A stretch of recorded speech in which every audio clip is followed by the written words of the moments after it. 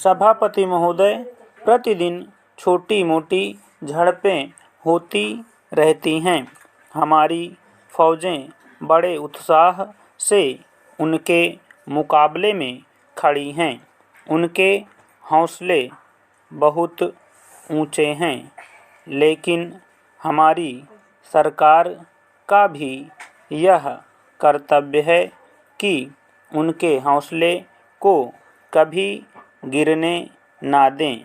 उन्हें हर तरह की सुविधा प्रदान की जाए जिससे उनका आत्मविश्वास बढ़े। मैं मंत्री महोदय से अनुरोध करूंगा कि सरकार अपनी नीतियों के प्रचार का काम ठीक प्रकार से अपनी फौजों से करे। उनको अच्छे अच्छे हथियार दें। अनुसूचित जातियों और आदिवासी जातियों के आयुक्त ने जो अपना प्रतिवेदन प्रस्तुत किया है, उस प्रतिवेदन को देखने से यह प्रतीत होता है कि इसको तैयार करने में उन्होंने बहुत परिश्रम से कार्य किया है। इसके लिए मैं उनको और उनके सहयोगियों को धन्यवाद देता हूं, परंतु साथ ही साथ इस प्रतिवेदन के संबंध में कुछ आवश्यक निवेदन भी करना चाहता हूं।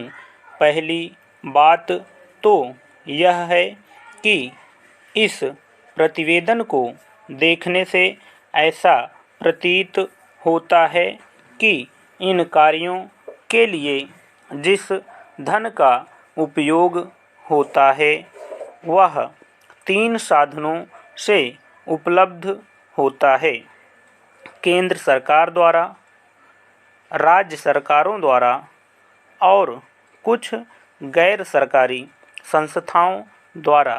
प्रतिवेदन के अनुसार जितना धन इन कार्यों पर व्यय करने के लिए दिया जाता है, उतना धन पूरी तरह से व्यय नहीं हो पाता।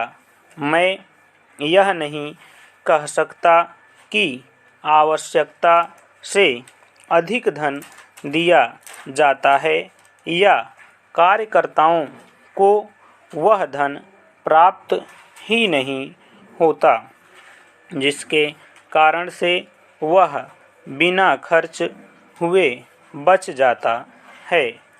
तो मैं यह चाहता हूँ कि जितना धन दिया जाता है उसका पूरा उपयोग हो और आयुक्त को यह न कहना पड़े कि इस कार्य के लिए जितने धन की आवश्यकता थी उतना धन नहीं मिल पाया और विवश होकर हमको उस कार्य को बीच में ही रोकना पड़ा।